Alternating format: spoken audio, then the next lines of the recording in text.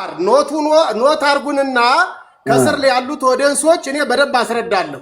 ኦኬ እዚህ ጋር እኔን ተመልከት። እሺ አሉ እርሶ አሉ። እሺ አሉ አይተኛል በደንብ። ቀጥል። እሺ እኒህ አባታችን ተመልከተ እዚህ ጋር። እሺ ሶፊ እያየ ነው። እያየ ነው። ብፁዕ ወቅዱስ አቡነ መርቆሬዎስ በረከታቸው ይደርብን። እሳቸው ናቸው። አዎ አቡነ መርቆሬዎስ ማለት ለኔ ማዕተብ የሰጡኝ ማለት ነው። አባቴ ናቸው። ወይ እባክህ ዝም በል አቦ። ምን ለሌላው ሰው አትረብሽ እባክህ። ጎርጎርዮስ አቡነ ጎርጎርዮስ ቀጥሉ። እሺ አላልኩም እኔ አቡነ መርቆሬዎስ ነው ያልኩህ። ቃላት ቀጥሉ። እሺ ቀጥሉ እያለ ይቀጥላል። ሶፊ እሺ አሁን የሚፈልገው ጥያቄ ካለ እኔ 100 አይደለም ሶፊ ቅኔ መዝረፍ ፈልጋለሁ እዚህ ሰውዬ ላይ። እሺ ይዝረፉ። ካሜራውን እኔ አሁን የጠየቅኩት መታወቂያ ሚዩት አድርግ። ደምረው ሚዩት አድርግ። አሁን በቃ ተው። አሁን መታወቂያ ያሳዩ። ጎበዝ መታወቂያ ያሳዩ። ደብሮትን ይዝረፉ። ቅኔ ይዝረፉ መጀመሪያ፣ ከዛ ትጠይቃለህ። አንድ ቅኔ ልዝረፍ ብለዋል። ቅኔ ይዝረፉ አይደለም ተው፣ መብታቸው ነው። እሳቸው ላይ ጫና አታድርጉ። ሚዲያ ላይ ቅኔ አይዘረፍም። መብታቸው ነው። እኔና እሳቸው ብቻችንን ጠርተን ይዘርፋሉ። ቀኖና ያፋልሳሉ። ሚዲያ ላይ ቅኔ አይዘረፍም። ቤተክርስቲያኑ ቅኔ የሚዘረፈው ቀኖና ነው የሚያፋልሱት። አሁን እሳቸው የደብር እንደሆኑ መታወቂያ ያሳዩ። በአንተ ላይ እኮ ነው ደምረው። ቆይ አንድ የሚዩት አድርጉና እድል ስጧቸው። በቃ 2 ደቂቃ ማንም አይደለም። ባኮትን አባታችን ባኮትን አንዴ እኔ ደግሞ አዳምጡኛ ባካችሁ እኔን ስሙኛ። እኔንም ብትሰሙኝ ታተርፋላችሁ። እኔንም ስሙ አይደለም። እሺ ቆይ ሊቀዳቆን አንዴ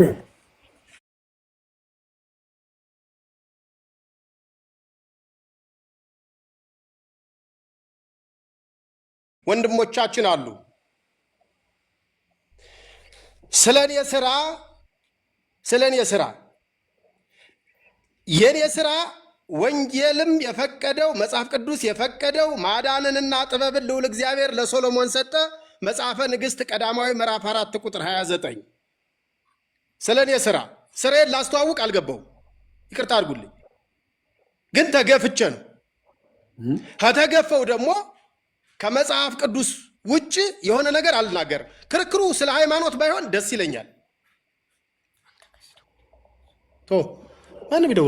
ማንም ይደውል እንዳታነሳ።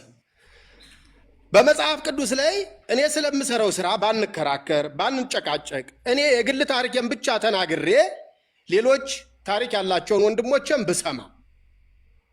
ብሰማ ደስ ይለኛል። እኔ ከቤተ ክርስቲያን እምወጣበት ምክንያት የለም። ቤተ ክርስቲያን እናት ነች። ከእናት ቤት አይወጣም። ነውር ነው፣ በጣም ነውር ነው።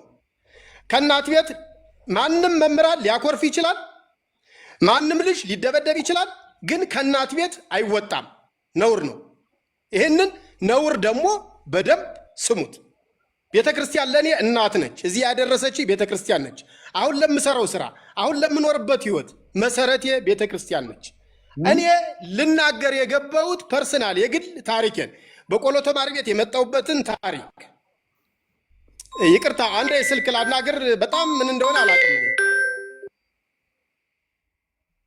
አሁን ለምሰራው ስራ ብለዋል። አሁን ምን አይነት ስራ እንደሚሰሩ እንደገና ደግሞ አሁን የትኛው ደብር ላይ እንዳሉ መታወቂያቸውን ያሳዩ። ይኸው በዚህ በ2000 ህዝብ በፊት ነው የተናገርኩት። መታወቂያቸውን ያሳዩኝ። አገልጋይ ሊሆኑ ይችላሉ።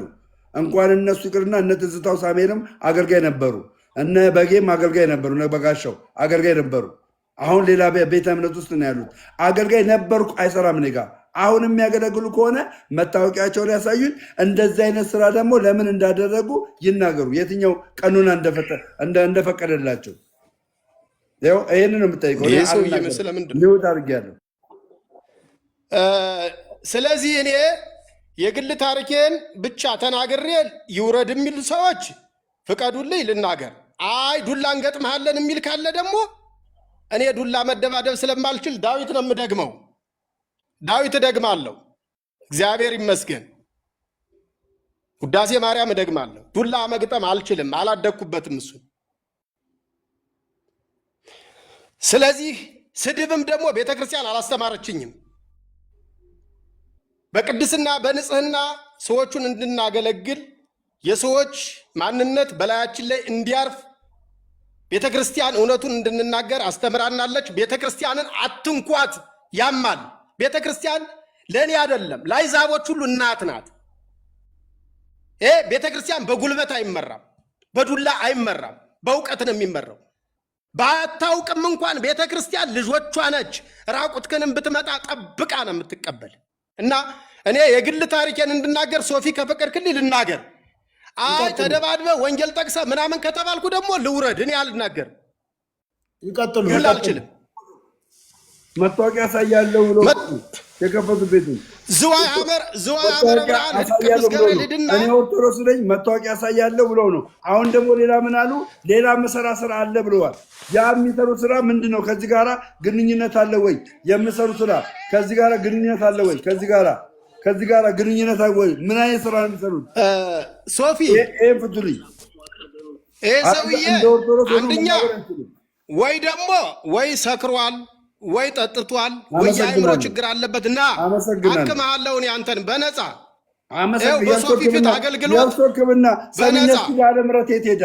ስውራ አማራም የት ሄዳ? የእርሶን ሕክምና ሶፊ በነፃ ምን ያደርግልኛል? የእርሶ ሕክምና ምን ይሰራልኛል? አሳዩ። አለበዛ እኔ ኦርቶዶክስ አይደለሁም ይበሉ። ከዛ እንስማማለን። ፔሬድ እንጨርሳለን። ኦርቶዶክስ አይደለሁም በነፃ ሶፊ ይህን ሰውዬ በነፃ ለማከም ዝግጁ ነኝ። ማን ነው ይህን ቀኑና የሰጡት? ከየት አገኙ? በየትኛው ቀኑና ነው? ተምሬው ከየት አመጡት? ተምሬው ታሪኩን አንበበሱ ላይ ታሪክ አለ። ይህንን ድግምት ማን ያስተማሩት? ቤተክርስቲያን ድግምት አታስተምርም። ሶፊ ልናገር ወይስ ልውረድልህ? ወንድ መታወቂያ ያሳዩ። ኦርቶዶክስ አለመሆኖትን መታወቂያ ያሳዩ። የት ደብር ኖት? መታወቂያ ያሳዩ። ሶፊ እሺ ልናገር ደምሮ መታወቂያ ያሳዩ። የት ደብር ኖት? መታወቂያ ያሳዩ። ደምሮ ቆይ ያ ደምሮ አንድ ጊዜ ቆይ ደምሮ አንዴ። እሳቸው የኔ እንግዳ ናቸው። እኔ ጋር ነው የመጡት። ከኔ ጋር ሊያወሩ ግለ ታሪካቸውን ሊያወሩ ነው የመጡት። ስለዚህ ልክ ሌላው ሰው ሚዩት እንዳደረገ እኔ ራሴ እኮ እኔ ላወራ መጥቼ እኮ ምንም እንትን ያልኩት ነገር የለም። በቀጥታ ልጠይቃቸው እኔ ሌላ ሰው እንዳይጠይቃቸው። በቃ መንክር በአሁኑ ሰዓት የኢትዮጵያ ኦርቶዶክስ ቤተክርስቲያን አገልጋይ ኖት? አይደለም። አገለግላለሁ። በቃ አጭር አይደል? እኔ ማንም ሰው እንዳይከፍትብኝ እኔ አልፈልግም። ወይ ልዝጋው ቤቱን? እኔ አላወራም። እኔ እኮ ቀጥተኛ ጥያኔ ሰዎችን እንዴት መጠየቅ እንዳለብኝ እኔ የማቅ ሰው እኮ ነኝ። የተሻለ ከሰው ጋር ኮሚኒኬሽን ስኪል ያለኝ ሰው ምን ማውራት እንዳለብኝ አውቃለሁ። ስለዚህ ሪስፔክት በመደራረግ እናውራ። በቃ በዚህ ሰዓት እርስዎ የኢትዮጵያ ኦርቶዶክስ ቤተክርስቲያን አገልጋይ ያልሆኑበት ምክንያት ምንድን ነው? ያልሆንኩበት ምክንያት እሱን በደንብ እናገራለሁ። ደብዳቤ ከመንበረ ፓትርያርክ ዝዋይ ሐመረ ብርሃን ቅዱስ ገብርኤል የዜማ መንበር ሁኜ ተቀጥሬ አገለግል ነበር። ናዝሬት ቅድስተ ማርያም ነበርኩ። መድኃኔ ዓለም ነበርኩ። ውጣ ውረድ አለው ቤተክርስቲያን። የቤተክርስቲያናችን ታሪክ ነች። ስቃይ ውጣ ውረዱን አልቻልኩም። ስላልቻልኩኝ እኔ ባህላዊ ሕክምና ስለምችል ለምን ከእናቴ ጋር እጣላለሁ በሰዎች ምክንያት በሚል የራሴን ስራ ጀምሬያለሁ። አንሰማን። በቃ አቁም።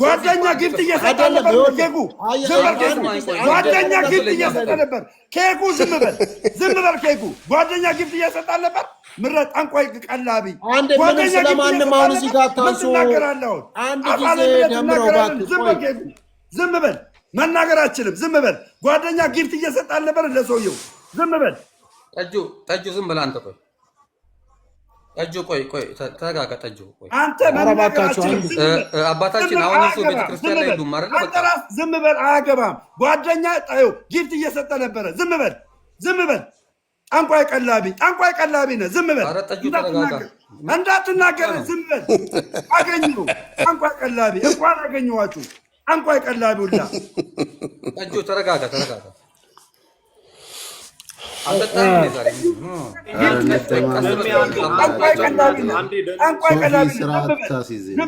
እኔ ስታገል ዝም ብለህ ነበር ሶፊ በቃ ቤቱ እንደዚህ ነው ሶፊ ዝም በል እንጂ ኧረ አንተ ዝም በል አንተ ዝም በል አንተ እኔ ምንም ሌባ ነው ጠንቋይ ነው ያዝኩት አደባባይ ላይ ፔሬድ አለቀ አንተም ተሳዳቢ ነህ ያው ነው አንተም እኮ ምን እናት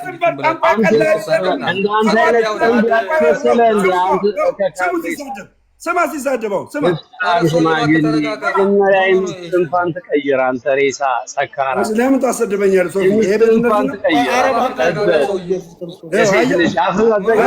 የጠንቋይ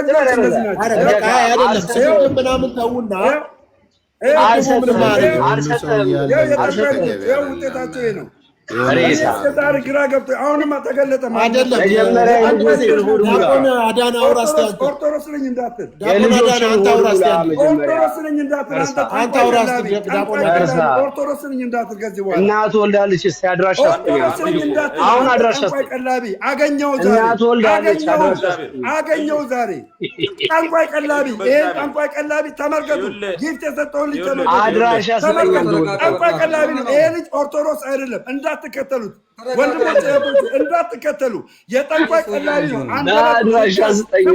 አንደበት የረከሰው ለዚህ ነው ስሙ እኔ እንዳንተ እኮ እናት እኮ አልሳደብም እኮ ና አድራሻ ስጠኝ ወንድም ሬሳ ሰካራም ልጆችን ወደ ሶፊ አዳኝ ወርድልን እንነጋገር ሰካራም የልጆችን ወዳት ሙላ መጀመሪያ ወይ ዲያቆን አንዴ ዲያቆን የልጆችን ሆዳት ሙላም መጀመሪያ ጠጅ ከምትጠጣ የበሰበስ አይደለም ቆይ እንደዚህ ፐርሰናል ነገር አትነጋገሩ ስለ እግዚአብሔር አወጣልሃለሁ ምን ስለልዩ ዲያቆን ቀጥል አሁን አዳነ ቀጥል አንተ ሶፊ እባክህ ሶፊ ቤቱን አዳኝ እኔ ልውረድ ሶፊ የጠንቋይ ልጅ አገኘው ዛሬ አገኘኋችሁ የጠንቋይ ቀላቢዎች የዚህ ነው ንግግራችሁ አዳፋ ርካሽ ንግግር ነው የምትናገሩት ርካሽ አየህ ተገኘ ለካ ጠንቋይ እየቀለባችሁ ነው እስከዛሬ የምትሳደቡ ምድረ ዱርዬውላ አገኘው እናንተ ተገኘ ምረጥ ጠንቋይውላ ጠንቋይ ነው ምን አንተ ወይ መስፍኔ አውሯ ሚውት አርጋቸው ዲያቆን እሺ አሁን ዲያቆን ቀጥል ሚውት አርጋቸው ዳቦ ግዛ ጠጅናት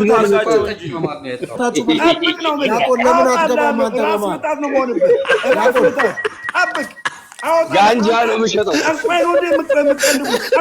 ጋንጃ ነው የምሸጠው አሽሽ ነው የምሸጠው አባቴ አረጉት ይሄ ጠንቋይ ነው የምትቀልበው ስማ አባ ግን ወስደው 3-7 ያጥምቁልን አያችሁ አባቴ አስራችሁ አምጡልኝ አስራችሁ የሚባለው ከዚህ ሰውዬ ጋር ነው ህብረት የሚያደርገው ኬኩ የሚባለው አባቴ እያለ ነው ስሙ አባቴ እያለ ነው አያችሁ እኔማ የተዋለ ጀግና ነኝ የመጣሁት የተዋለ ጀግና ማንም በፊት መግዛት ማትችል አንድ የማይቆመው በእውቀት ንግባ። እውቀት የለህም፣ ስድብ ብቻ እውቀት የለህም። ጋንጃ ሳብ ነው የሚልህ። ምን አይነት ጠጅ ነው የጠጣኸው ዛሬ? ቤት እየከፈል ጋንጃ እየሳብ ሰው የምትሳደብ ሌባ አጭበርባሪ።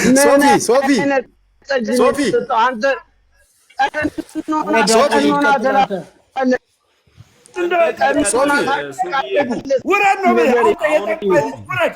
ዛሬ ተያዝ። የጠንቋይ ቀላቢ ውረድ፣ ውረድ። ጠንቋይ ቀላቢ እንደ ኬኩ ውረድ፣ ውረድ።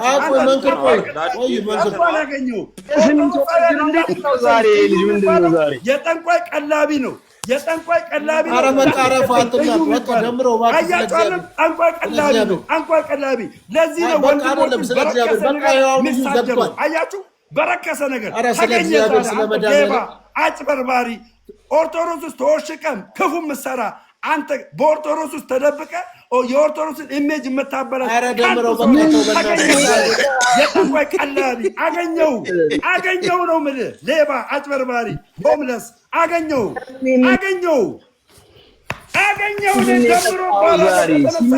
ኃይለኛ ሰው ነኝ። ከተነሳብኝ እገለባብጣለሁ ነው የምልህ፣ እገለባብጣለሁ። አንተ የወንድሞች ከሳሽ እግዚአብሔር የተጠየፈ ንስሐ ግባ። ሳትሞት በፊት እንግሊዝ ሀገር ሳትጓረድ በፊት ንስሐ ግባ። ተመለስ። ቀጥለውን ሶፊ አገኘው። አቦ እናቴ ትሙት። መልካም እሺ። ሁላችሁም እግዚአብሔር ያክብራችሁ። ዝም በል አንተ ሆምለስ ነህ። ዝም በል ጸጥ በል። አገኘው ዛሬ አንተ የጠንቋይ ቀላቢ ጠብቅ። አገኘሃለሁ ከዚህ በኋላ አንተ የሆነ እኔን እኮ ለአንድ ነገር ልንገርህ አይደል? ድጋሚ ብትወለድ እኔ አልወስድም እኮ ምንም አባት የስኳር ጠጅ ነው የጠጣኸው? ሆምለስ የጌዎች ተባባሪ ገና አስነቅልሃለሁ። አልሰጠህም። የጌ ተባባሪ ልጆችን ገና አውጣለሁ። አንተ ገና ጉድን ነው አደባባይ ላይ ማወጣው። ጉድን የፈረምከውን አይቻለሁ። ጠብቅ፣ ገና አጋልጣለሁ። ይሄን ጠንቋይ ስቀልም ነበር፣ አይናችን እያየ በጊብ ስቀልም፣ ገንዘብ እየላክ ስቀልም ነበር። የኦርቶዶክስ ጠላት ኦርቶዶክስ ቁጭ ብለህ የኦርቶዶክስ ጠላት ነህ አንተ። እንኳን አገኘው። ለምን አቀጥልም? በቃ ደሜተው በቃ አችለኝም። ጀግና ነኝ። ዝም በል ዲያቆን፣ ዝም በል። እኔ ጀግና ነኝ። ማንም ነው እዚህ እኔ ልንገርህ፣ ከተነሳብኝ ማንም አታስቆመኝም። ሌባ አጭበርባሪ ሆምለስ አንተ ጠንቋይ እየቀለብክ ደግሞ ኦርቶዶክስ ነኝ ብለህ አፍን ትከፍታለህ። ውረድ፣ እንደዚህ ቻው፣ ውረድ። በቃ ደምረው የሉም አሁን በቃ የሉም። ስለሌሉ በቃ ተው። ዲያቆን ቀጥል። እሺ አባታችን እንደምን አሉ? ኮፒ ሊንክ እያስደረገ ደምረው ቀጥታ ወደ እሳቸው ነው የሚሄደው። ሁላችሁንም አንዴ አዳምጡ። አባታችን ቅድም ለፓስተር ሶፊ ስርዓት አድርግ ፓስተር ሶፊን በቅድም እኔን ሲያናግሩኝ አገልጋይ እንደሆኑ ዝዋይ ሐመረ ሎ ቅድስት ኪዳነ ምሕረት እንደሚያገለግሉ ሲገልጹ ነበር። አሁን ግን ገብርኤል እሺ ይቅርታ ገብርኤል አገልጋይ ነኝ ብለውኝ ነበረ። አሁን ግን ከአገልግሎት የለሁም ብለዋል። ነበርኩና ነኝ ማለት ልዩነት አይፈጥርም? አባታችን ይሄን ልመልስ? አዎ ለምን መጀመሪያ በሐሳብ መግባባት እንትን እንዳናረገው ዝም ብሎ ጥያቄና መልስ እንዳይሆን ብዬ ነው ሰብሰብ ባርዬ ለመመለስ። ሌላም ጥያቄ ካለ ቢጨመር የተሻለ ነው። መልካም። አንድ ለምንድን ነው የወጡት? ሲቀጥልስ ከወጡ በኋላ ለምንድን ነው ነበርኩ እያሉ ማውራት ትተው አለሁ እዛው ነኝ አገልጋይ ነኝ ዳዊት ነው የምደግመው እናቴ ቅድስት ቤተክርስቲያንን አልተውኩም እያሉ ቤተክርስቲያንም ውስጥ እንዳለ ሆነው እንደገና ደግሞ በውጭ ሆነው ደግሞ ቤተክርስቲያኒቷን አትራክት እያደረጉ እያየን ነውና ከምን አንግል ነው? ሲቀጥልስ ደግሞ አሁን ወጥቼ የራሴ ስራ የግል ሕክምና አገልግሎት እያገለገልኩ ነው ሲሉ የግል ሕክምናውን ያገኙት እንዴት ነው የሚለውን ነገር ለመነጋገር ነው። መምህር እሺ፣ እግዚአብሔር ያክብርልኝ።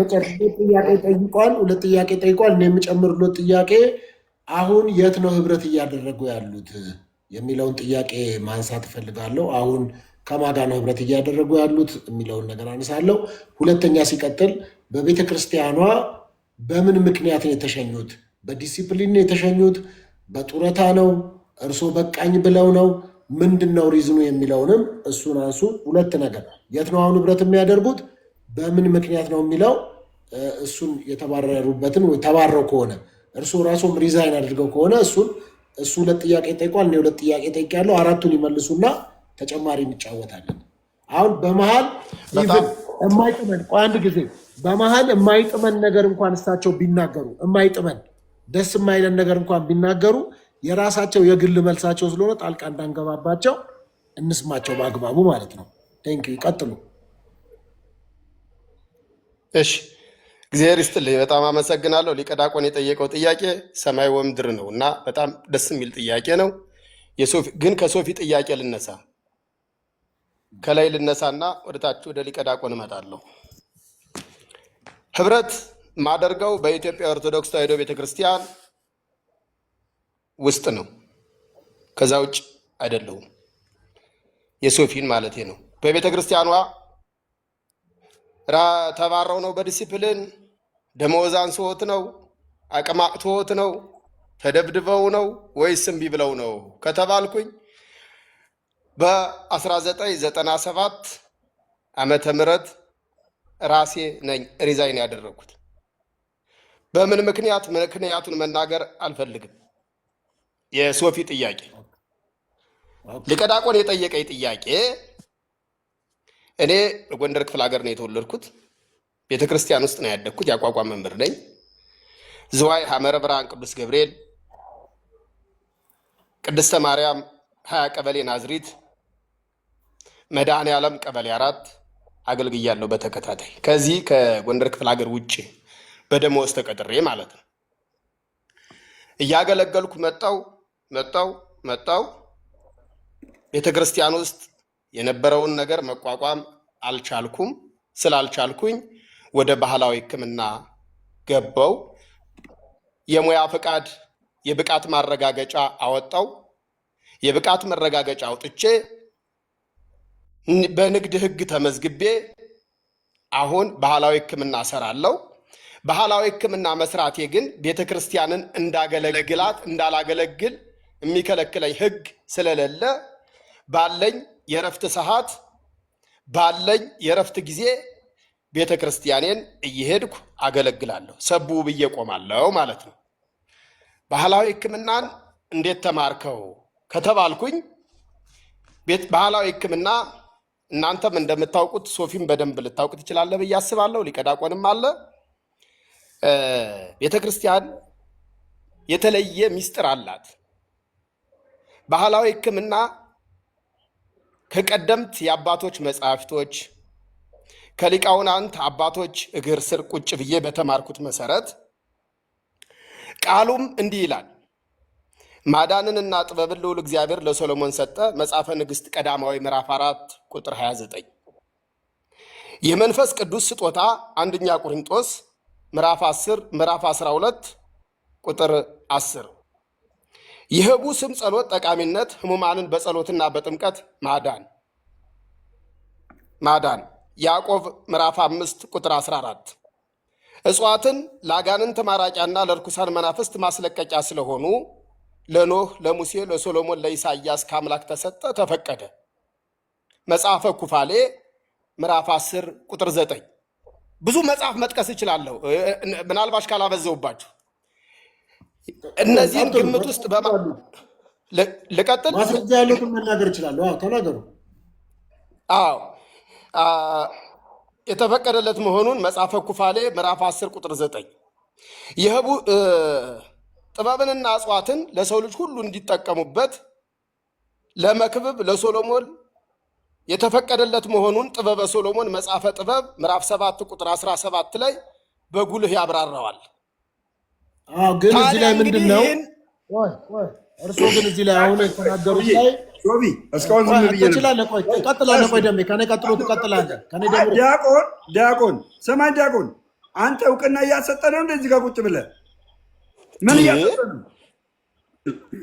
አንዴ ምን ጥያቄ አለው ጠይቀናቸዋል። ለተባለ ማስረጃ ሰውየው እኮ እየመጡ ነው። ጠንቋይ ነው ብሎ ማስረጃቸውን እየተናገረ አንተ ምን መቀበል እውቅና ጉዳይ ነው። ታሰጣለህ? ይህ አዳምጠኝ ሰውዬ በሽተኛ ነው እንዴ? አዳምጠኝ። ሰውየው ጠንቋይ ነው ብሎ እየተናገረ ምንድነው እውቅና የምታሰጠው? ምንድነው ተቀባይነት እንዲያገኝ የምታደርገው? ዲፌንድ አታደርግም እንደ ዝም ካልኩ ዲፌንድ አታደርገውም እንዴ? አይደለም ዲፌንድ አታደርገውም? ለምን ዝም አይደለም ትላለህ? ጠንቋይ ነኝ ብሎሃል አይደል? ጠንቋይ ነኝ ብሎ አባታችን ትላለህ። ጠንቋይ ነኝ ብሎ በቅዱስ ሚካኤል አባታችን ትላለህ። የምን አባትነት ነው ያለው? ጠንቋይ ሆኖ ለምን ዲፌንድ አታደርገውም? እኔ ዝም ካልኩ አንተ ዲፌንድ አታደርግም እንዴ? ሃይ ምን ሆነ ነው? አንተ እኮ እያስጠቃ ነው ቤተክርስቲያን። እሺ ይኸውልህ፣ እንደዚህ አይደለም መነጋገር ካለብን በአግባብና በስርዓት በሂሳብና በስሌት እንጂ በደመነፍስ መሆን የለበትም። በደመነፍስ ከተነጋገርን ውጤት አናመጣም። አሁን እኔ ራሱ አንተን እየተጠራጠርኩ ነው። ከዚህ በኋላ ጠንቋይ ነኝ አለ እያልኩ አይደል? ጠንቋይ ነኝ አለ እያልኩ እኮ ነው። ምንድን ነው እውቅና የምታሰጠው? በአደባባይ እኮ ነው ጠንቋይ ነኝ። ከኦርቶዶክስ ወጥቼ አሁን የባህል ስራ የባህል ሕክምና እየሰራሁ ነኝ። ጠንቋይ ነኝ እያለ አንተ አባታችን ትለዋለህ። ምን ሆነ ነው እንዴ? እውቅና ለምን ታሰጠዋለህ? እንደማመጥ እስኪ ሰላም ጤና ይስጥልን ብያለሁ ሁላችሁንም። በቅድሚያ በመጀመሪያ መግባት እንኳን አልፈለኩም ነበር እውነት ለመናገር። ነገር ግን በጣም የተረጋጋ ነገር ስላላየው በብዙዎቹ ላይ ቤተክርስቲያናችንን በእኛ ማሰደብ እንደሌለብን ስላመንሁ አንዳንድ ነገር ለማለት ነው የገባሁት። እውነት ለመናገር እግዚአብሔር በሚያውቀው መጀመሪያ ሁላችሁንም ስትናገሩት የነበረውን ቁጭ ብዬ ሳዳምጣቸው ነበረ። እንግዲህ መምህር መንክር ምናልባት የቤተ ክርስቲያን መምህር ነኝ እያሉ ነው። ከሆኑም መልካም ዲያቆናትም አሉ፣ ሁሉም ኦርቶዶክሳውያን አሉ። በመጀመሪያ ወቃልከ ያዕውቀከ የሚለውን ይፍቱልኝና ከዛ በኋላ ወደ ጥያቄ እቀጥላለሁ። መምህር መንክር መምህር ነው ብለዋል። ወቃልከ ያዕውቀከ የሚለውን ፍች ይፍቱልኝ መጀመሪያና ልጠይቀውት የፈለኩት ነገር አለ፣ ሰከን ባለ መልኩ ማለት ነው።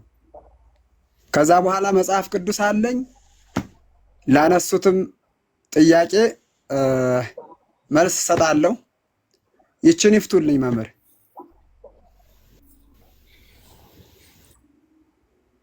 ወቃልከ ያዕውቀከ ይፍቱልኝ እንጂ መምህር።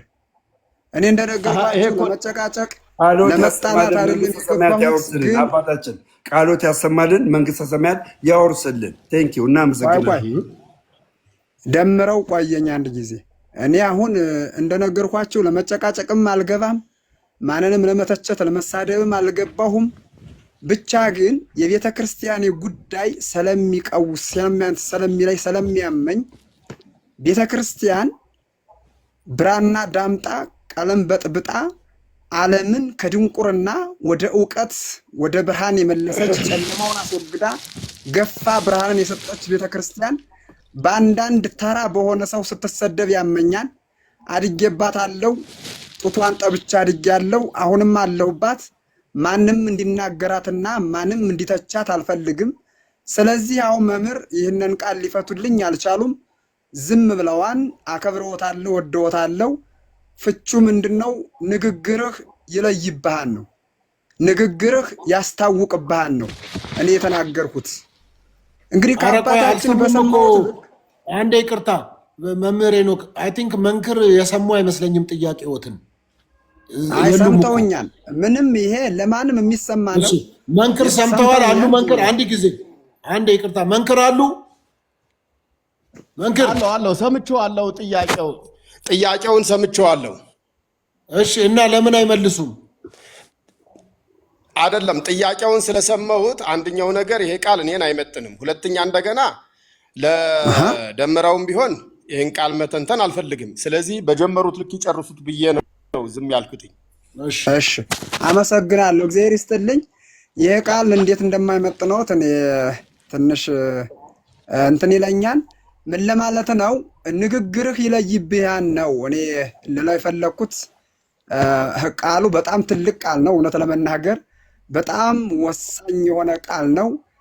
ብዙ ጊዜ ምን ለማለት ፈልጌ ነው እንደ ሻሽ ጠምጥሞ ነጠላ ለብሶ ጋቢ ለብሶ ካባ ለብሶ መቋሚያ ይዞ ጭራ ይዞ እንደዚህ ሰጣ ገባ ያለ ንግግር ከአንድ ኦርቶዶክሳዊ አባት ልጠብቅ ስለማልችል ነው። እኔ ይቅርታ አድርጉልኝ፣ በቃ አልጠብቅም። ማንኛውም ሰው ወደዚህ ሶሻል ሚዲያ ስንገባ የእግዚአብሔርን ቃል ለተጠሙ ሰዎች ልናስተምር ልናሳውቅ እንጂ ሰጣ ገባ ልንገባ አይደለም የምንገባው። ሁለተኛ ጥንቆላና ጥበብ ምንድነው የሚለውን ነገር መለየት አለብን። ጥንቆላ ምንድነው? እንዲሁም ደግሞ ጥበብስ ምንድነው? ይሄ በቃ መባል ያለበት። አሁን ብዙ ጊዜ የኛ ሰው ያለየው ነገር አለ። እኛ አባቶቻችን ያስቀመጡልን የነገሩን አለ። አዎ አሁን ሸማኔ የሸመና ስራ ጥጡን ፈትሎ ወይም ደግሞ ጥጡን በደንብ አድርጎ ጋቢ መፍተል ይሄ ጥንቆላ አይደለም፣ ጥበብ ነው። ብረታ ብረት ቀጥቅጦ ማረሻ መስራት፣ ወገል መስራት፣ እናቶቻችን ሸክላ ድስት መስራት ይሄ ጥንቆላ አይደለም፣ ጥበብ ነው። ይሄ ጥበብ ነው። ብዙ ጥበብ አለ። ጥንቆላ ግን ስር መማስ፣ ቅጠል መበጠስ፣ የሰውን ህይወት ማበላሸት፣ በሰላማዊ መንገድ ሰርተው የሚያድጉትን ሰዎች ባጭር ማስቀረጥ ይሄ ጥንቆላ ነው። ይሄን ደግሞ ቤተክርስቲያናችን እንዲህ አይነቱን ነገር ታወግዛለች። ቤተክርስቲያን እንደተቀደሰ አድርጎ መምህር እዚህ ላይ እርሷን ከተናገሩት ቅድም መጽሐፈ ኩፋሌ አይደለም መጽሐፍ ልፈልግ ነው። አዎ እኮ ከሱ ላይ ላነሳ ነው። አንድ ጊዜ ላንብብሽ፣ ይቅርታ አድርግልኝና እኮ ለዛ ነው። አንድ ጊዜ ይቅርታ አድርጉልኝና መጽሐፈ ኩፋሌን ጠቅሰው እንደ ማስረጃ መንክር ከአባቶች የተማርነው ነው ብለው መጽሐፈ ኩፋሌን ጠቅሰው በቅጠላ ቅጠል በስራ ስር አጋንንት ይርቃል የሚል ቃል ጠቅሰው አይ ቲንክ ኩፋሌ 10 ብለው ይመስለኛል እነደምረው ዲያቆንም ባሉበት እየሰሙ አውርተዋል። ያም ስተት ከሆነና ልክ ካልሆነ በዚሁ አርመውት እንዲያልፉ ነው የኔ ጥያቄ እንጂ ላስቆሙት ፈልጌ አይደለም። እርሶ ስር መበጠስ ቅጠል መቀንጠስ ስላሉ ቅድም እሳቸው ደግሞ ቅጠል መቀንጠስ እንደዚህ አጋንንት ይርቃል ስላሉ ከሱ ጋር አብረው አያይዙልን ነው። እሺ እኔም ሌላው የፈለኩት ከዛ ነበረ። ለምሳሌ መጽሐፈ ጥበብ ምዕራፍ 7 ቁጥር 17 ላይ የጠቀሱት ይሄን ነበረ። ይኸው እኔ ግን መጽሐፍ ቅዱስ ማንበብ እችላለሁ። ምዕራፍ 7 ቁጥር 17 ላይ ያለ ሐሰት ነዋሪ የሚሆን የእውቀት ነገርን ሰጠኝ። አየህ የእውቀትን ነገር ሰጠኝ ነው። ዓለም ጸንቶ የሚኖርበትንም ስርዓት የፀሐይን የጨረቃን የከዋክብትን ስራ አውቅ ዘንድ የዘመኑን መጀመሪያውና መጨረሻውንም መካከሉንም የቀኑንም መመላለስ የጊዜውንም መመላለስ የዘመኑን ዑደት የከዋክብትን አኗኗር። ይሄ ምንድነው? አሁን ስለ ፀሐይ ስለ ጨረቃ ስለዚህ ዑደት የሚናገር ነው። እርሳቸው ግን ምን አደረጉት? ከክስር ከቅጠል ከእንደዚህ ጋር አገናኝተው ሲናገሩ ሰማው። አንዳንድ ጊዜ እኔ በቃ ሰው መጽሐፍ ቅዱስን አያውቅም እንደማለት በጣም ባይሆን እኔ አባቴ በጣም ይቅርታ አድርጉልኝ። እውነቴን ነው መምህር መንክር እኔ ምንም መናገርም አልፈልግም ብየውታለሁ። በቃ ይሄ መጽሐፈ እንትናን ደግሞ የሐዋርያው የቅዱስ ያዕቆብን መልእክት ደግሞ ሲያነቡም ሰምቼውታለሁ። ያ ህሙማን ሲፈወሱበት የነበረው ድውያን ሲፈወሱበት የነበረው በምንድን ነው? በቅጠል ነው? በስር ነው? እውነት ይናገራል። አሁን በምንድን ነው? የታመመ ሰው ቢኖር በሽተኞቹን ይጥራ ይጸልዩለት ይፈወስ ይላል። አባታችን ለምሳሌ ይሄ ምንድነው? መጽሐፍ ከሰባቱ ምስጢራት ቤተክርስቲያን መካከል አንድ ይቅርታ፣ ሌላ በጣም ትልቅ ወንጀል እያየሁ ነኝና በጣም ነው እኔ እኚህን ሰውዬ ይሄን ሰው በጣም አድርጌ ነው ማጋፈጠው። ተመልከቱ፣ መስቀል ዘቅዝቆ ኮርኒሱ ላይ ተመልከቱ፣ መስቀል ዘቅዝቆ ተመልከቱ። ከባድ ሰው ነው። አሁን ጥምጣም ጠምጥሞ ነበረ፣ ጥምጣሙን አላቀቀ። ተመልከት፣ አያችሁ? ና ግባ፣ ወደፊት ና ግባ። እኔ ጋር ካለው ይልቅ እኔ ጋር ያለው አንተ ጋር ካለው ይበልጣል። ና ግባ፣ ፊት ለፊት ይኸው፣ እንደዚህ እያየው ና እንደዚህ እያየው ፊት ለፊት ናግባ ሰዎች መስቀሉ እንዲመለከቱ ደምረው ሄሎ ወጣ ነው። ብዙ መቆየት አልፈልግም። ደምረው ይቅርታ አድርግልኝና እንዳይሰጠው ነው አባታችን ለወጣ ነው። ብዙ መቆየት ስለማልፈልግ አሁን የምፈልገው ነገር ምንድነው? ኧረ አባታችን ስሙኝ፣ ኧረ እባክዎትን ሶፊ ደምረውን አታሰርፍም? እየሰማው ነው ከወንድሜ መምህር እየሰማው ስለሆነ ማንም ነው ይሄ ሰውዬ ወይ ዝም በል አንተ መስቀል ዘቅዝቀ አንተ ኦርቶዶክስ ነህ። እግዚአብሔር ሆይ ምን ነው አሸሸው? ና እንጂ ወደ መስቀሉ የመስቀል ጠላት እግዚአብሔር ገልብጥ። የመስቀል ጠላት ይኸው መስቀሉን ተመልከቱ እንዴት ስራ እየሰራ እንዳለ። አሁን ይህን ሰውዬ የደገፋችሁ ሰዎች ሼሞኒው ማርያምን ሼሞኒው እነግራችሁ ማርያምን አሁን ጠምጥሞ ነበር፣ በመላጣ መጣ። ተመልከቱ፣ ጥምጣምን ለምን አወለከው? አላዋጣ አለ። አየህ፣ አላዋጣ አለ። እንዴት መስቀል ትዘቀዝቃለህ አንተ? መስቀል ዘቅዝቀህ እንዴት የቤተ ክርስቲያን አገልጋይ ነኝ አልፌ እሄዳለሁ ትላለህ? አንተ ሙሉ በሙሉ ከቤተ ክርስቲያን ታግዳል። ስለዚህ ተመለስ፣ ቄዳርን ውሰድ፣ ቀኖናን ተቀበልና ተመለስ። ቢያንስ ልጅነትን አትጣ። ክህነት አታገኝም። ንስሐ ግባ፣ ተመለስ። እኔ ሰማይና ምድር የፈጠረ እንዴት አድርጎ ነው መምህር? እንዴት አድርገን እንስማቸው? ለሳቸው አንዳንድ ነገር መልስ መስጠት ፈልግ ነበር። ጠንቋይ ነው ሰውዬ። አይገርማችሁም? እግዚአብሔር ሆይ ጠንቋይ ነው። የበረት ቤት ሆነብን። ለምንድን ነው በስርዓት የማይወራው? በስርዓት ይወራና ምን አገባ? ዝም በል። ምን አገባ? በእኛ ቤት ምን ይመለከታል? አንተ ጴንጤና ምን አገባ? ጴንጤና ምን አገባ? ምን ይመለከታል? ሲጀመር ምን አገባ? ምን አገባ? ምን ይመለከታል? አያገባም። መርጌታ መንከርን የመናገር መብት የለም። አንተ ዝም ብለህ ምላስ ስላለህ እሳቸው ይብዛላችሁ።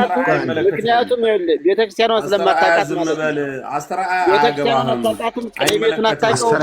አስተራየ ዝም በል። ቤቱን አታውቀውም።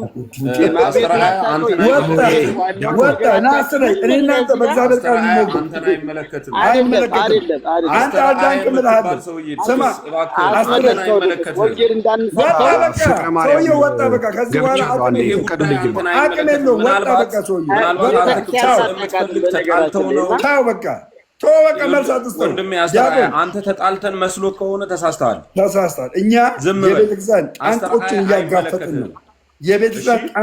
እያጋፈጥን ነው። እኛ ግን ቤታችን ላይ ተሸሽገው እኛን መስለው በግ ለምድ ለብሰው የሚያጡትን ተኩላዎቹን እየለየን ወንድሜ ተኩላዎቹን እንሰጣለን፣ ትወስዳለህ። ችግር የለም። ፕሊስ ለረጅም ሰዓት ሚዩት አድርጌ እኮ ቁጭ ብያለሁ። አይመለከትህም። ዝም በል።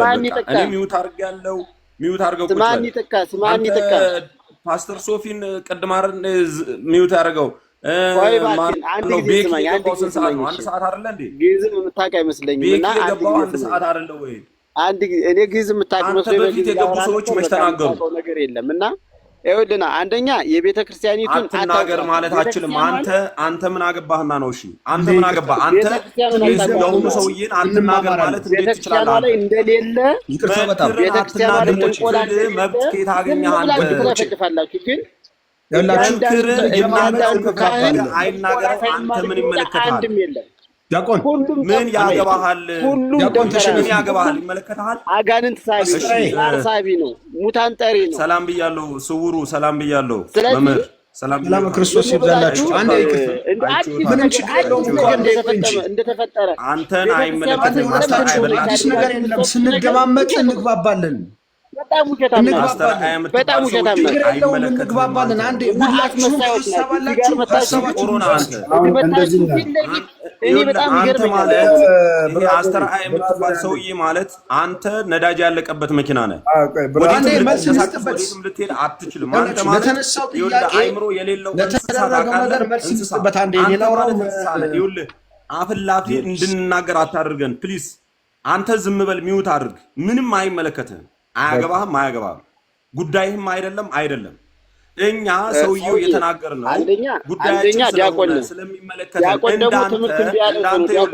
እንዳንተ ቀዩን መስመር ረግጦ ዲያቆን አይደለም። ዲያቆን ደግሞ ሰው ትምህርት እምቢ ሲለው ቅኔ ያልገባ ሲለው ዜማ ሲያስቸግረው ድምፁ ጅል ሲሆን ድምፁ መቶ ሲያቅተው ነው ዲያቆን የሚሆን ሰው የተባረረ ዲያቆን አይደለም። አንተ የዘላለም ሕይወት የለህም ይላውራ አንተ የዘላለም ሕይወት የለህም ያውራ አታጣለኝ እንዳንተ አይነት ሰው ጋር ብዙ አላወራም ዲያቆን አንዴ እሺ አንዴ ዲያቆን በዚህ ዕድሜ ዲያቆን ኧረ ዲያቆን እሺ አስተስሪያ አንተ የዘላለም ሕይወት የለህም እያልኩ አንተ ምንድን ነው ኢየሱስ ስም ኧረ ዲያቆን በቃ ላሽ እንዴ ላሽ ቆይ አንተ አስተስሪያ ኧረ በእናትህ እስኪ ዝም በል አይ እንዴ አንተ አስተስሪያ አንተ የዘላለም ሕይወት የለህም ትሞግተኛለህ ከኔ ጋር በእግዚአብሔር ቃል ሂድና ልቅስ አስጠንቁል ወዳጄ ልቅስ ዝም ብለህ ቶሎ ብለህ በጊዜ ስድብ አትሳደብ ቤቱ ስድብ አይፈልግም በየቤቱ ጠንቋይ ሞልቶልሃል አስጠንቁልና መላመላ አዳም እኛ ፈርነስ ነው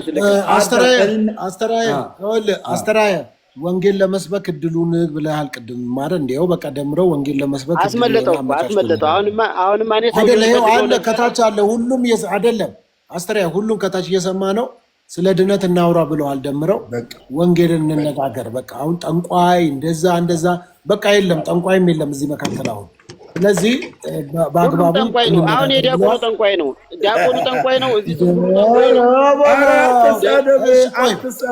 አይደለ ቆይቶ ደምረው ችግር የለም አስተራየ ዲያቆን አዳነ ጠንቋይ ነው ብለሃል ሄደ ሞክረሃል አስጠንቁልሃል ሁሉ ይኸውልህና ሶፊ የማታውቀው ነገር ቅኔ ቤት ከገባ ስለማላውቅ አይደለም እኮ ባለው ግን ማለት ነው ሶፊዬ በጣም እወድሃለሁ ፓስተር የምትባለው እከክ ማለት ነው አንተ በአደባባይ ጨውና ዘይት ስቸበችብ ያንተስ ጥንቆላ በየትኛው ይታሰብልህ እከክ ዝም ብለህ ሰውን አትዝለብ ቢያንስ ሶፊን እናክብረው ሚዩት አድርግና ከቻልክ ያለህን እውቀት አምጣ ምን ሆነህ ነው አንተ ሰው እንዲናገርማ አትፈልግ አንተ በአደባባይ ያልሰራኸው ገንዘብ ይሰጥሃል ከኢትዮጵያ አሜሪካን ካናዳ ጀርመን አስገባለሁ ስትል በአደባባይ ጥንቆላው ለምን ያንን አትናገርም እሱም ብልትለው ነው የአቡነ ሐራ ጭቃ ተብሎ ጭቃ ከመሸጥ አንተ ራስህ ጭቃ ነህ ጭቃ ከሚሸጥ ይሻላል ራስህ ጭቃ ነህ አንተ የዘመኑ ነጋዴ ማለት ነው ያንተ ማን እንበል ምን እንበል ቤቲ በቃ ሚውት አድርጉ አብሽር ጭቃ ከመሸጥና አመድ ከመሸጥ ይሻላል አንተ በእግዚአብሔር ቃል ትሞግታለህ ብራዘር አቅም አለ እኛ በቤታችን ያለውን ጠንቋይ አባረነዋል አሁን አንተን ደግሞ በእግዚአብሔር ቃል እንሞግታለን እያልኩ ነው እኛ ጠንቋዩን አልተቀበልም እኛ ኦርቶዶክሳውያን እኛ ቤት ጥንቁልና አይሰራም አናቱ ነው የምንመታው አንተን ደግሞ አሁን በእግዚአብሔር ቃል ትሞግታለህ ብራዘር ስለ ድነት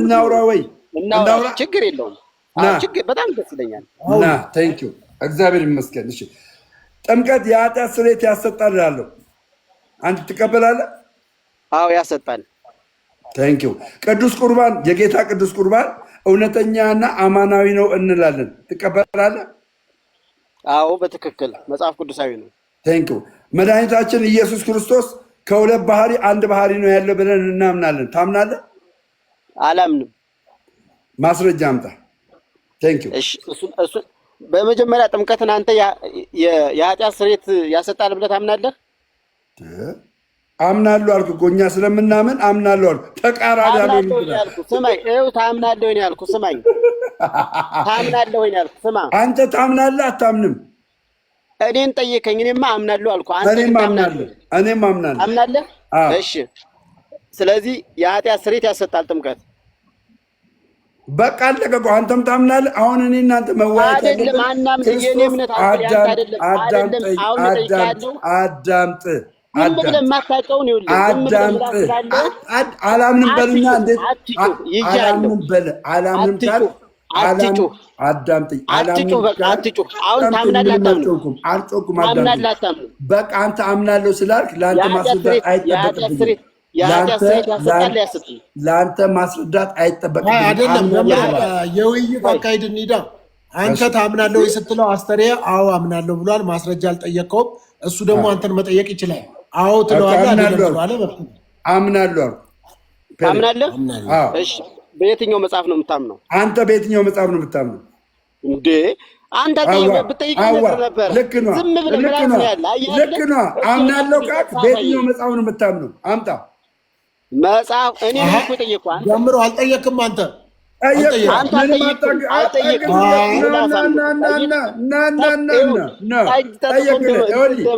እኔ ሁለት ጥያቄ ጠይቄሃለሁ። አዳምጥ፣ አዳምጥ። ስለ ድነት የሚሆን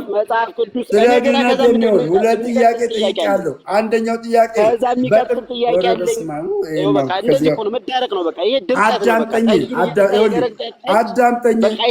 አዳምጥ። እኔ እየነገርኩህ ያሉት አዳምጥ። እኔ የጠየቁት ጥያቄ ሁለት ነበር። ምን? በጥምቀትና በቅዱስ ቁርባን። ቅዱስ ቁርባንና ጥምቀት የዘላለም ሕይወት ያሰጣሉ ብዬ አልኩ። አዎ አልከኝ። በቃ እንዴት ብዬ አልጠይቅም። ከዛ በኋላ ኔቸር ነው የጠየቁ። አዳምጠኝ። ክርስቶስ ኔቸሩን የጠየቁ አረ እንዴ? የክርስቶስ ኔቸርን ስጠይቅ ተመልሰ አንተ በጥምቀት ታምናለህ ትለኛለህ እንዴ? አላምንም ብለሃል። ቱ ኔቸርስ አይደለም። ማን ነው? አንድ ባህሪ አይደለም፣ ሁለት ባህሪ ነው ብለኛል። ስለዚህ ይህን ሁለት ባህሪ መረጃ አምጣ ስል ምን ነው ተፈናጠጥክ? እንደዚህ አውቃለሁ እያልክ አልነበር እንዴ? አምጣ፣ አምጣ። አሁን ይኸውልህ ሁለት ባህሪን አሳየኝ ከመጽሐፍ ቅዱስ። የኢየሱስ ክርስቶስን ሁለት ባህሪ አሳየኝ። ቶሎ በል። የኢየሱስን ሁለት ባህሪ አሳየኝ። ይኸውልህ ሶፊ፣ በመሀል ገብተህ አትዳኝንም እንዴ? ምንም የኢየሱስ ዳኛችኋለሁ።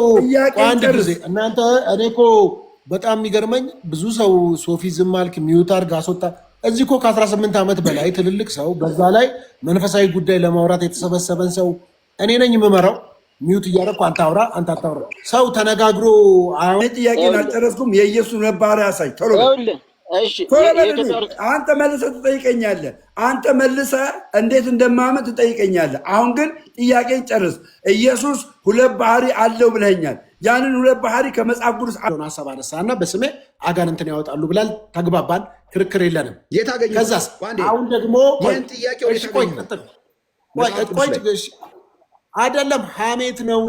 እናንተን እንደዛ ብሎ የሚያማ ሰው ስላለ በጸበልና በጻድቃን በሰማዕታት በቅድስት ድንግል ማርያም ስም በመላእክታን ስም አጋንንት ይወጣሉ ብለው ያምናሉ ብለው የሚያሟቹ ስላሉ እሱም ብሪፍ አድርግ። የማታምኑ ከሆነ አዎ ደግሞ ካልከኝ አዎ ስትለኝ ማስረጃ ስጠኝ ስል፣ ቆይ አንዴ መምህር፣ በጣም ጥሩ ማስረጃ ስጠኝ ስል ምን አልኩህ? ቅዱስ ያደርገህ ጠይቀኝ ነው ያልኩህ። አንተ የምታወራው ሌላ ነው። ባይዞይ ሶፊ፣ እኔ አሁን የማወራው ግልጽ አይደለም። እውነት ለመናገር ጥያቄህ መጽሐፍ ቅዱሳዊ አይደለም። አንተ የምትጠይቀኝ ጥያቄ በአማርኛ ነው። በህይወትህ አንድ እርምጃ ወደፊት ትጓዛለህ። እኔ የምልህ ቢገባ እኮ እሰማለሁ። በእውነት እግዚአብሔር እኔ ይኸውልህ እንኳን አንተን በጣም ማከብር መምህር የሆንክ ሰው በእውቀት ልትሞግተኝና ላወራ የምችል ሰው ቆርጦ የሚሳደቡ ሰዎችንም እኮ የቅዱስ ጥላ የቅዱስ ጳውሎስ ጨርቅ እንደሚፈውስ ታምናለህ አይደል? እንደ መጽሐፍ ቅዱሳዊ ነው። አጋንንት እንደሚያስወጣ ታምናለህ አይደል?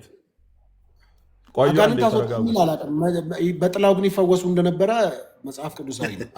አንተ ቆይ ምን ሆናችሁ ነው? የእኛን ሃይማኖት እኛ እናስተምረው እንጂ ጥያቄ አድርጋችሁ ጠይቁትና እዚያ ግብረ መልስ እንሰጣለን።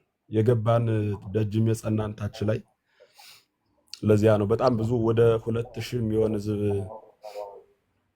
ሲከታተል ነበርና የሁሉ ህዝብ ደግሞ የማይሆን አስተምህሮ ይዞ እንዳይሄድ እሱን በደንብ መለየትና ማጥናት ይጠይቃል። የመጀመሪያው በመጽሐፈ ኩፋሌ ላይ ሲነሳ የሰማሁትን ለማረም ያክል የቅዱሳን መላእክት ናቸው ቃሉን ለኖህ ከጥፋት ውሃ በኋላ የሰጡት። ስለዚያ የእጽዋት አይነትም እያወሩ ያሉ ኖህና ቅዱሳን መላእክት ናቸው፣ አጋንንት ጋር አይደለም። ከዚያ በኋላ ወረድ እያለ ታሪኩ ሲነበብ ጽፎ ለልጁ ለሴም ሰጠው። ሴምም አርጅቶ ሞተ እያለ ታሪኩ ይቀጥላል። እሺ፣ ስለዚህ ስውሩ የተናገረው ነገር አጋንንቱ ነው ያወራው ብለዋል። አይ ስውሩ አጋንንቱ ነው ያወራው ብለዋል። እርሶ ደግሞ መጡና መላእክቱ ነው ስላሉ እኔ ስለ መጽሐፉ ኖሃው የለኝም፣ እውቀቱ የሌለኝ እኔ አይደለሁም እያልኩ ያለሁት። እኔ አይደለሁም ኩፋሌ ነው እያለ ያለ ኩፋሌን ነው እያወራው ያለው። ተነጋገሩ ሁለታችሁ። ስለ መጽሐፉ ኩፋሌ ነው ሐሳቡ፣ እንደዚያ ነው። እሱ ጋር መያዝ ይጠይቃል። ከዚያ ውጭ ግን አንተ ደጋግመህ ስታነሰው ወደ ነበረው ጥያቄ ልለፍና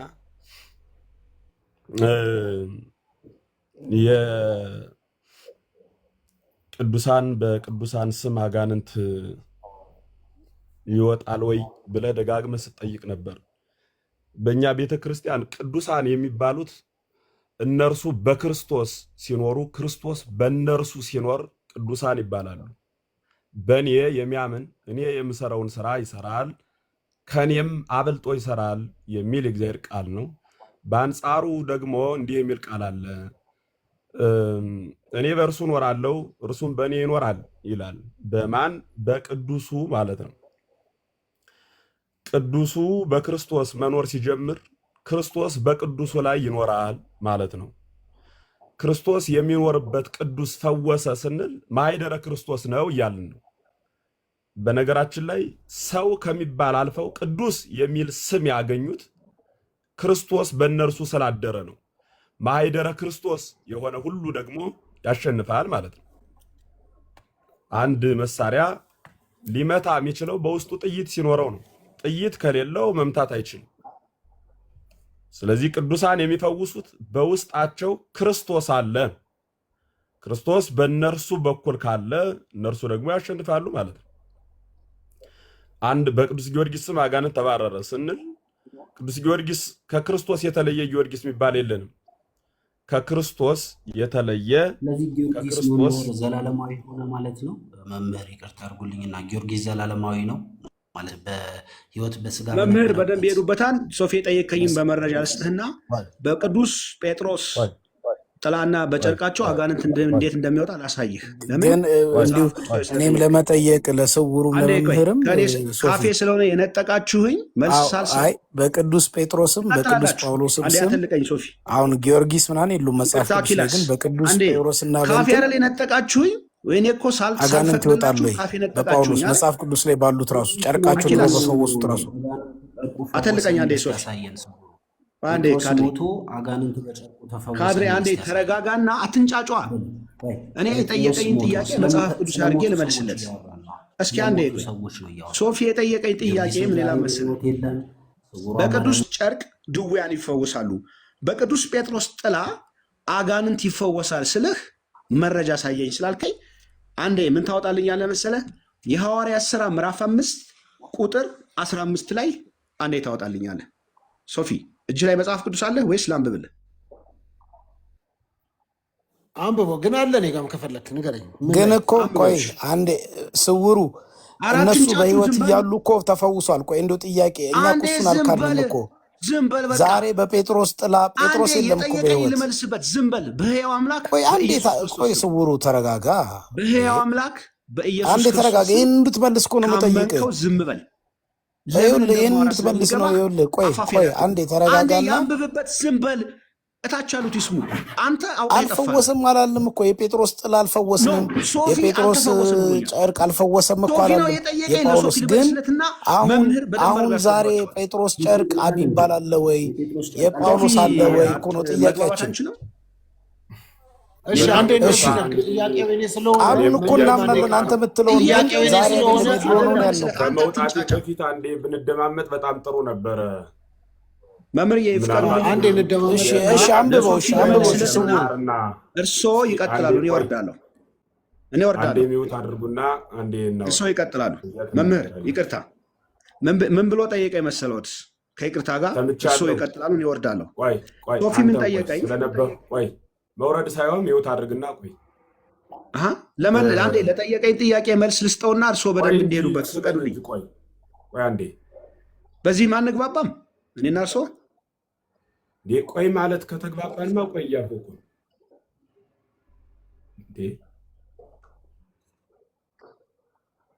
በጣም ጥሩ። ቆይ ካድሬ አልጠየቅም። ቆይ ወንድም ማለት አንዴ እንደማመጥ ደሱ ጥያቄ ልመልስልህ። አዳምጥ ወንድም ማለት ቆይ አንተ ሰምተናቸው ሳይሆን እንደሱ አሁን ጥሩ መስማት የምትችሉ ከሆነ አንዴ አዳምጡ። እንዲያ ከሆነ ነው ለተባባ ምንችል። እሺ መምህር በእናንተ መዝለይ ላለው 1000 ህዝብ ጥያቄ ስለሚሆን ለጥያቄው የቤተክርስቲያኗ መልስ ነው የምትፈልጉት። እንግዲህ በእናንተና እኛ ሁለት አይነት አስተምህሮ ነው ያለን። አስተምህሮ ማለት ዶክትሪን ነው። ያ ዶክትሪን ደግሞ የኖረን የየራሳችን የሆነ አስተምህሮ ስላለን ነው ማለት ነው። እኛ የቤተክርስቲያኗ የራሱ አስተምህሮ አለን፣ የእናንተ አለ። እናንተም የኛን እኛ የእናንተን ማንበብና መቀበል ከቻል ሁለትም አያስፈልግም ነበር ማለት ነው። ስለዚህ የግድ እናንተ ያላችሁት ሐሳብ ላይ ብቻ ሰው ትኩረት እንዲያደርግ ወይም ወደዚያ እንዲሳብ ማድረግ ተገቢ አይደለም። ሁሉም በነፃነት ሐሳቡን ይሰጣል። ከዚያ በኋላ ደግሞ እንዲሁ እየተማማርን እንቀጥላለን። ጌታ መንፈስ ቅዱስ ሁላችንን ይረዳል። ወደ ጥያቄያችሁ ሲሄድ አንተ አሁን ካርድ የሚለው ወንድሜ ደጋግሞ ሲያነሳ የነበረው በሕይወተ ሥጋ እያሉ እውነት ነው። አዎ ክርስቶስ ከእነርሱ ጋር ተዋህዶ ስለሚኖር እነርሱም ደግሞ ከክርስቶስ ጋር ስለሚኖሩ ይቻላል። ካረፉ በኋላስ የሚል ጥያቄ ስታነሳ ነበርና ከረፍት በኋላም እኔ እስከ ዓለም ፍጻሜ ድረስ ከእናንተ ጋር እኖራለሁ ነው እንጂ ያለ ስትሞቱ እለያችኋለሁ ያለ ጌታ የለም። ሲቀጥል ደግሞ ተዋህዶተ ሥጋ ወነፍስ ነው። ጌታ ሊዋሃድ የሚችለው ከነፍስም ከሥጋም ጋር ነው። ነፍስ ረቃበት የማይዋሃዳት አምላክ የለንም። የሚኖረው ከነፍስ ጋር ሁሉ ነው እያልሁ ነው። ስለዚህ ቅዱስ ጳውሎስ የምንለው ቅዱስ ጴጥሮስ የምንለው ነፍስ አለው። ነፍስ ካላቸው ከዚያች ነፍሳቸው ጋር ለዘላለም ክርስቶስ ተዋህዶ ይኖራል። አንድ ነገር አድርጉልኝ። በቃ መምህር አንዴ እኔ መምህርንም ልጠይቃቸው ነፍስ ከሆነ ጠይቃላችሁ። አንዴ ጊዜ አድሊዮም አንዴ ቢዩት አድርጉና ከሐዋርያቱ መካከል 12 ነበሩ። አንዳቸው በአንዳቸው ስም አጋንንት ያስወጡበት መጽሐፍ ቅዱሳዊ ማስረጃ፣ ለምሳሌ ጴጥሮስ በሌላኛው ሲያስወጣ የነበረበት መጽሐፍ ቅዱሳዊ ክፍል ወይም በራሱ ስም ሲያስወጣ የነበረበት ክፍል ካለ አምጡልኝ እስቲ። አይደለም ሁለተኛም ፓስተር ይኸውልህ መምህር ቢጠቅሱት ጥቅስ ኮንቴክስቱን እንትን የሚላል እስከ ዓለም ፍጻሜ ከእናንተ ጋር ሆናለሁ አሉ ይላል። ዛሬም እኛ ያን ቃል እናምናለን። እስከ ዓለም ፍጻሜ ክርስቶስ ከኛ ጋር ነው። እኔም ዛሬ በህይወት ያለው ሰውዬ በህይወት ስሞት በእኔ ስም አጋንንት ያወጣል መውጣት ይቻላል ወይ? እነኛ ሰዎች እንደኛ ስጋ የለበሱ ሰዎች ናቸው፣ ሌላ ሰዎች አይደሉም። መጽሐፍ ቅዱስ ላይ የተጠቀሱ ሰዎች እግዚአብሔር የሰራባቸው ነው። አምነን በክርስቶስ የዳንን ሰዎች በህይወት እያለን በስሙ አጋንንት እንድናወጣ አውቶሪቲ ተሰጥቶናል። ቅድም ስውሩም ሲያወራ ነበር የማርቆስ 16ን አንስቶ ያመኑት እነኚህ ምልክት ይከተሏቸዋል ብሎ በስሜ አጋንንት ያወጣሉ የሚለው ያመነ ሰው መለያው የሆነውን የተናገረው ማለት ነው። ይሄ ዛሬም ላለ አማኝ የሚሰራ ነው።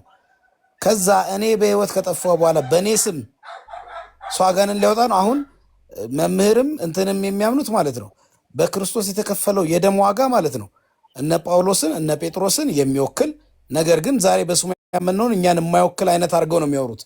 እንደዛ እነሱ በሚሉት ኮንቴክስት ከሆነ በጌታ ኢየሱስ ያመነ የትኛውም ሰው በህይወት ባይኖርም ማለት ነው በህይወት ባይኖርም በስሙ እየተጠራ አጋንንት ያወጣለሁ።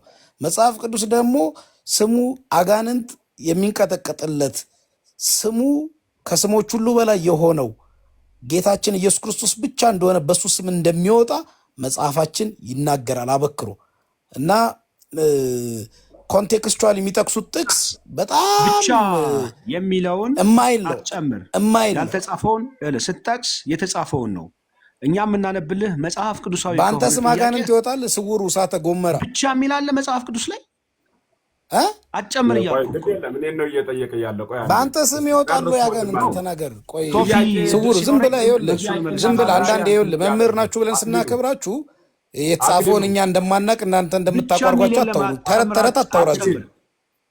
ቆይ ስውሩ ቆይ እስኪ አትጨምር አይደለም ተረት ተረት አታውራ።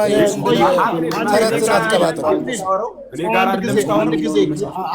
ምን አይነት ቀባጣሪ ብቻ የሚል አንድ ጊዜ አንዴ ባካችሁ አትዋሽ። በመጽሐፍ ቅዱስ ላይ ለሰው ጠበቃ ትሆናለህ፣ ለኢየሱስ ክርስቶስ ጠበቃ ሳትሆን። አንድ አክሊል በጣም ይቅርታ የሚያስማማ ነገር ልንገራችሁ ለሁለቱ። አሁን ስውሩ ብቻ የሚል አምጣ ብለሃል። ኦኬ ብቻማ የሚል በደንብ አለ መጽሐፍ ውስጥ። የት ጋር አለ ካልክ ያመነ የተጠመቀ ይድናል፣ ያላመነ ግን ይፈረድበታል። ከዛስ ያመኑትንም እነዚህ ምልክቶች ይከተሏቸዋል። ምን? በስሜ አጋንንትን ያወጣሉ፣ በአዲስ ቋንቋ ይናገራሉ፣ እባቦችንም ይይዛሉ፣ የሚገድል ነገር ቢጠጡም አይጎዳቸውም፣ እጃቸውን በደዌዎች ላይ ጭናሉ፣ እነርሱም ይድናሉ።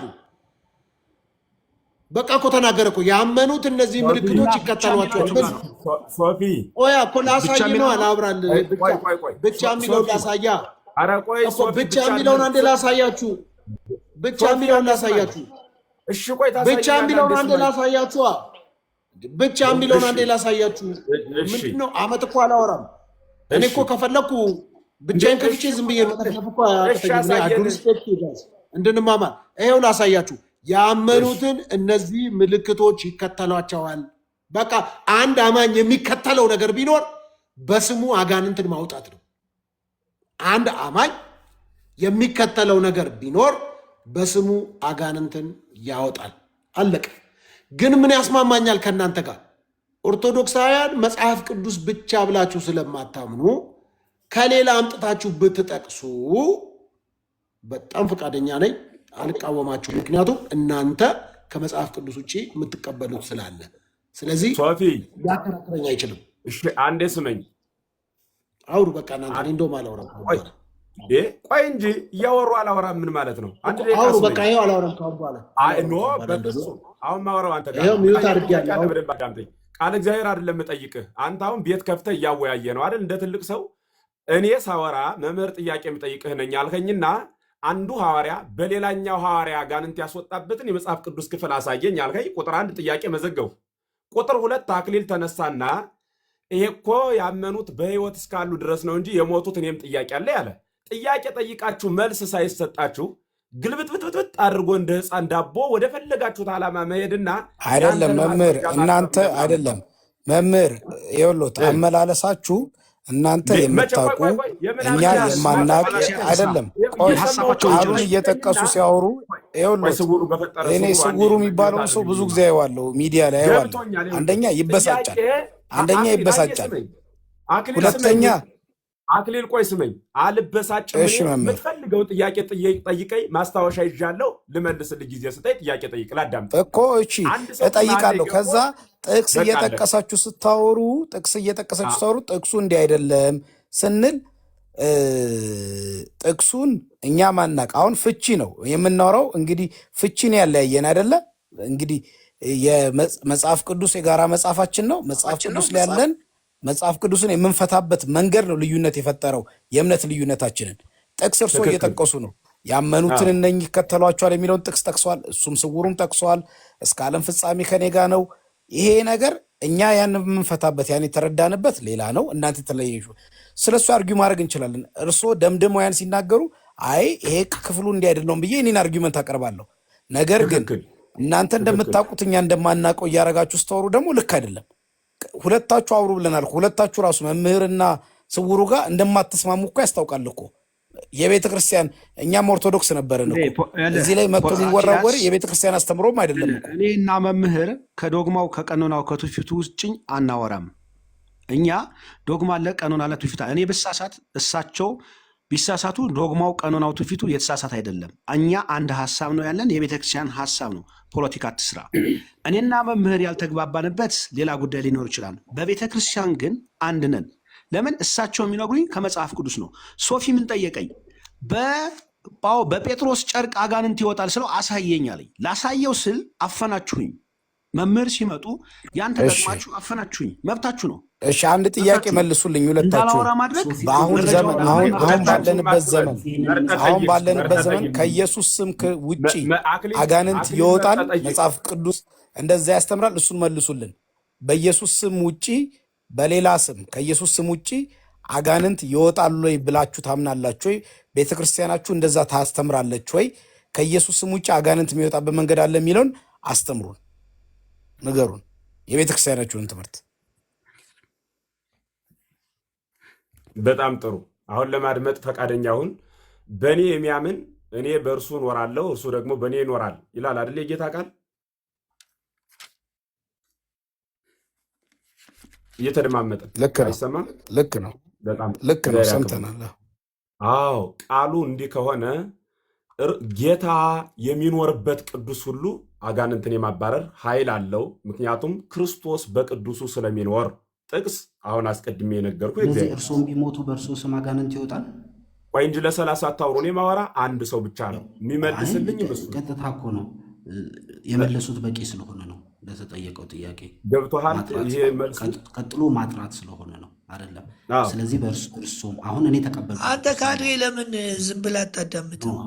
ሶፊ ልጅ ለምን አታስቆመው? ሁል ቀን መበጥበጥ ነው እንዴ ስራው? ሶፊ ለምን ነው ብሎክ ያደረገኝ? ያንን ከመምህር ጋር በስርዓት እያወራን ነው። ስለዚህ ብሎክ አድርገኝ አንተ። አዎ ያኛውን ደግሞ ስልክህም አይሰራም። መምህር ይሄ ካድሬ ሁሌ ጣልቃ ይገባል። ችግር ወንድማለም ቆይ ስመኝ፣ ጥያቄ ጠይቀሃል። አሁንም መልሱን በደንብ አዳምጥ። በቤተ ክርስቲያናችን አስተምህሮ በእኔ የሚያምን ብሏልና አንተም ስለምታምን ብታልፍ በስምህ አጋንንት ይወጣል ወይ ብለህ ላነሳው ጥያቄ በቤተ ክርስቲያናችን አስተምህሮ 10 ማዕርጋት የሚባሉ አሉ። ከጽማዌ እስከ ከዊነ እሳት ድረስ ማለት ነው። በቅድስና ከፍ እያልኩ ሲሄድ ቅድስና ደረጃ አለው። አንድ ቀን ወጥቶ ኢየሱስ ጌታ ነው ያለና ለዘላለም መላ ዘመኑን ለእግዚአብሔር ሰጥቶ ያገለገለው ጳውሎስ የተደረጉት መምህር ቅድስናችን እግዚአብሔር ነው የሚለውን በእርሱ እንደምንቀደስ የአዲስ ኪዳንን ሁለተኛ ቆሮንቶስ ላይ ያለውን ቃል እንዴት ያዩታል ታዲያ? አይደለም ጥያቄ ነው ለሚሉት በቅድስና ቆይ ካርዲያ እንደ ዝም በል ሁለት ነገር ስላወሩ በቅድስናችን በአዲስ ኪዳን የኛ ቅድስና ጽድቃችን እግዚአብሔር ነው። ኦርቶዶክስም እንደዛ እንደምታምን ማቀው ቅድስናችን እግዚአብሔር ነው አይደለ? ወይም ኢየሱስ ነው። ኢየሱስ የኛ ጽድቅ የኛን ኃጢአት ወስዶ እኛን ጻድቅ ያደረገን ሰርተን ሳይሆን በሱ ስራ እኛ ጻድቅ እንደተባለን መጽሐፍ ይናገራል። ሁለተኛ ቆሮንቶስ 5 ምዕራፍ 5 ቁጥር 1 ላይ አሁን ያልኸው የእናንተ ነው የኛ አይደለም። ቆይ ሁለተኛ ቆሮንቶስ ምዕራፍ 5 ቁጥር 21 ላይ የሚያወራው እሱ ነው። እርሱ ጻድቅ ሆኖ ሳለ ኃጢአት የሌለበትን እርሱ ስለኛ ኃጢአት አደረገው ይላል። ስለዚህ እኛ የጸደቅነው እሱ ኃጢአተኛ ሆኖ ሳይሆን እሱ ኃጢአታችን ወስዶልን ነው። እኛ ቅዱስ ስለሆን ሳይሆን የእሱን ቅድስና ይዘን ነው። በቅድስናችን እኛ ከፍ የምንለው መጽሐፍ ቅዱስ ቅድስናችን እግዚአብሔር ነው። በእኛ በእርሱ በማመን እሱን በማግኘት በእሱ በመኖር የምናገኘው ቅድስና እንጂ እኛ ሰርተን የምናገኘው ቅድስና የለም አይደለ? በቅድስና ከፍ የሚባለው እንዴት ሆኖ ነው ከፍ የሚባለው? በቅድስና እግዚአብሔር ይስጥልን። ጥሩ ጥያቄ ነው። መልሱን ስማ። በእኛ ቤተክርስቲያን አስተምህሮ በቃ በኢየሱስ ጸድቅ ያለው በቃ አለቀለት የሚባል እንዳለቀለት ሻይ ዝም ብሎ አልቆ የሚቀርብ ነገር የለም። በኢየሱስ ክርስቶስ እናምናለን። ያመነውን ክርስቶስ እስከ ዕለተ ሞታችን እስከ ሕቅተዋ ድረስ እርሱን በፍጹም ፍቅር እንከተለዋለን። በመሃል መደራገም፣ መውደቅ፣ መነሳት ሊኖር ይችላል። እስከ መጨረሻው ሕቅታ ድረስ ባለቤቱን መከተል ግን ሰማያዊ ያደርጋል ማለት ነው። የቤተክርስቲያናችን አስተምህሮ እሱ ነው እንጂ ዝም ብሎ አዲ የተአምረ ለነ ከመምንተ ንከውን ይላል ታላቁ ሐዋርያ ዮሐንስ ወንጌላዊ ሲናገር በመልእክቱ ገና ምን እንደምንሆን አልታወቀልንም ይላል። ይሄ ማለት ምን ማለት ነው? ለወድቅ ልሰናከል እችላለሁ እያለ ነው። ቅዱስ ጳውሎስም ማንም የቆመ ቢመስለው እንዳይወድቅ ይጠንቀቅ ይላል።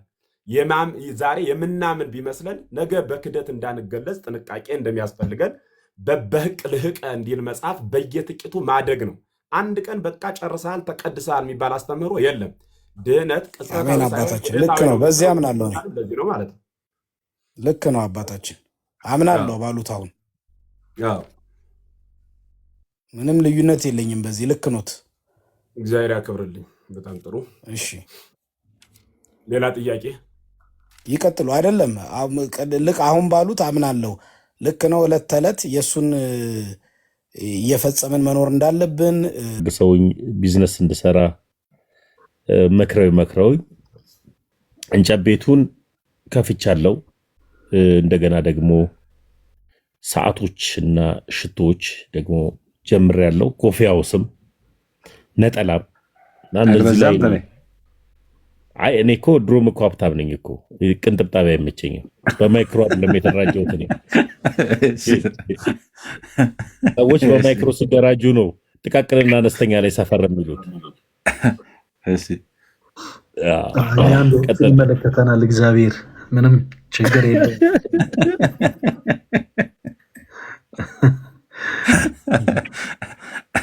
አሸማቀቀን እኮ ባንዴ አንተ። እኔ እርግጠኛ ነኝ። አሁን እንዴት ነው መሰለህ የሆነ ድንገተኛ ስልክ ተደውሎልኝ ምናምን ምንድን ነው መስራት የምፈልገው ተብዬ የሆነ ነገር እከፍታለሁ። እግዚአብሔር ይረዳኛል። ምንም ምንም እደርስባችኋለሁ። ችግር የለውም።